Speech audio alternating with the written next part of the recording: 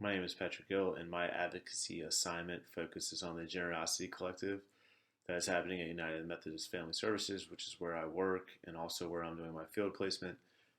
So, the Generosity Collective, there are 9 nonprofits moving on to our Richmond campus, and they get free rent.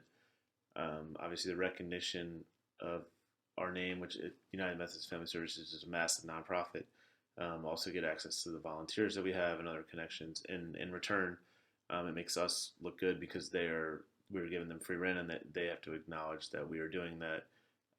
But the point of it is that all the companies will collaborate to work together to help out the most vulnerable children in Virginia, and all the mission statements and companies and messages and visions of the companies are aligned. So I have 3 of them listed here: Voices for Virginia's Children, which is an advocacy company for marginalized youth in Virginia; Shalom Farms, which does healthy eating options and works for equitable food systems in Richmond, Virginia; and Fit for Kids, which works on health and also nutrition for disadvantaged kids in the Virginia area or Richmond area.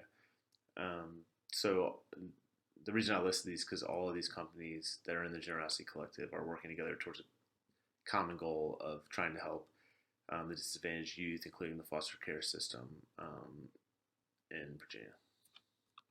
So I've been involved in advocacy for the Generosity Collective in a variety of different ways. The first one was I wrote an op-ed for the Richmond Times-Dispatch, the local newspaper. The goal is to let people know about the Generosity Collective and the benefits of nonprofits collaborating, and what United Methodist Family Services does, what the other companies in the Generosity Collective do, and how that will help the youth in Virginia. That was a great experience because I had to research the other companies. I had to research how collaboration helps nonprofits. And it was just a fun experience to learn about all that stuff and then to also write it. It hasn't been published yet. It's been sent, the article's been sent to kind of a PR company to make it a little better and to put some things that they think will get it more notoriety. But I'm excited about it being published. I've also put together a 25-minute PowerPoint presentation on trauma-informed care that I'll be presenting in early May to all the companies in the Generosity Collective. And I've done like kind of an abridged version for other people within the agency, which has been a great experience. And also, I did kind of some groundwork. I helped with the school handbook, the Generosity Collective handbook, and then I also did like just basic like cleaning, preparing the rooms for companies to move on campus, buying paint, buying materials for them, making sure they all feel comfortable and have everything they need on campus. So overall, it's been a great experience. I'm super excited to continue to be involved in advocacy for this project because I think it's so important that nonprofits work together and that we get the most out of all of our resources and continue to help youth in Virginia. The Generosity Collective will be serving not only the residents that live at UMFS, but also children throughout the Richmond area. So there's obviously multiple social justice issues that are faced within the Richmond area. But I think the most consistent issue with the children that Generosity Collective will be helping and their families is child poverty. So it's been, for the last decade, it's been consistently around 14%, over 258,000 children were below the poverty line. And so the poverty line for a family of 4 is $30,000, which obviously is just unbelievable for a country with our amount of wealth, that 14% of children are living below that. And it, like everything else, disproportionately affects marginalized communities.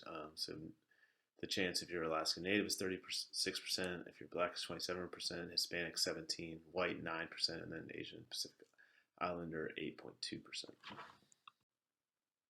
There are seemingly endless barriers to serving disadvantaged children, but I chose to stick to the child poverty rate because obviously that could be like an hour long discussion or even longer about the barriers. So the main consistent barrier I found to influence child poverty was that there's no federal mandate for how much states have to spend on this. And so the rate ranges from 8% in Minnesota, the child poverty rate, to 20% in Washington, D.C.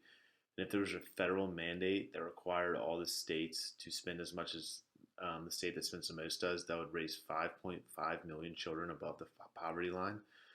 And the reason I chose the last bullet is because it shows that these programs do work. So in 1959, 5% of seniors were below the poverty line. And now, because of Social Security expansion and Medicare, it's down to 10%. So it's just kind of unbelievably shocking and alarming that we don't do more to help children. The last I read, it's like every year it's us in Canada that are battling for the worst child poverty rate of any developed nation, which is just unbelievable. And so it seems like if there was a federal mandate, that would do a massive amount to help these children. I used the social in the advocacy I did for the Generosity Collective. I used the social work skills of persuasion, active listening, collaboration, and collaboration. I've done a ton of active listening with my field instructors during my meetings. We've talked about the Generosity Collective extensively because it's something I'm very interested in, and I've also been involved in it a lot during my internship. Um, the goal of the collective is to serve a diverse and marginalized population through collaboration. So obviously, this has influenced and encouraged me to advance human rights and social, economic, and environmental justice. And I've done this through researching the program, talking to various leaders throughout the agency, and then also researching how collaboration in the past has helped work with marginalized populations. And I'd say I'm very excited to continue to work on my collaboration and to get more macro experience as a social worker.